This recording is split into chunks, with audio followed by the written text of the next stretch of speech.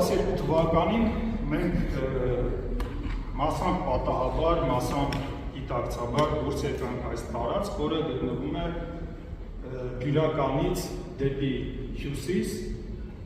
ֆիզիկայի ինստիտուտի, ըստ էության Ալիխանյանի անվան ֆիզիկայի ինստիտուտի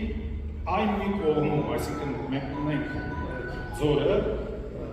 Ամբերդաձորը մեկ մյուս կողմում գրեթե նույն բարձրության վրա, մի քիչ ավելի ներքև։ Տեսնում եք, սա տարածքն է, որը տեղացիները կոչում են Կարմիրսար կամ Պիրին կատար, այն իդեպ գոյություն ունի նաև սովետական քարտեզների վրա, ծովի մակերևույթից տեսնում եք հիմնական կետը 2859 մետրի վրա։ Տեսնում եք նրա դիրքը այս նկարում, որը արված է ինքնաթիռից, եռադիմենսիոնալ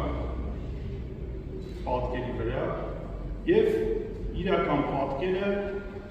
խոսքը այս հատվածի մասին է, ընդհանուր առմամբ մոտ 40 հեկտար է տարածքը և 40 հեկտարի վրա ի հայտ են գալիս 12 վիշապաքար, բացի այդ տիպի հուշարձաններից։ Մենք հենց երկրորդ տարուց հայտնաբերման սկսեցինք հնագիտական աշխատանքներ այստեղ և այստեղ տեսնում եք դուք տոպո հանույթը համապատասխան պեղավայրերով, տեսնում եք նաև ինչ միջավայրում է այն գտնվում, տարբեր կողմերից շրջապատված է ջրով, ջրային հոսքերով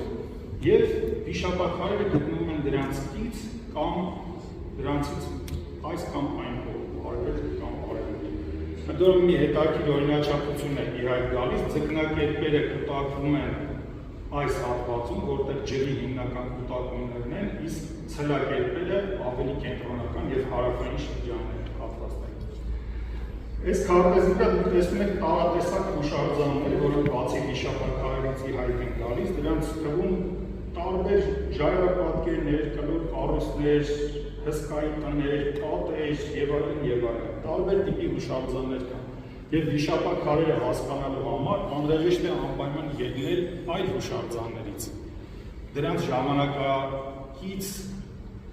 ժամանակակից կամ ոչ ժամանակակից միջավայրերը հասկանալու համար։ Դրանցից մի քանիսը ցույց տամ, մեգալիցյան կառույցներ, որոնք պայմանականորեն կոչվում են հսկայի տներ։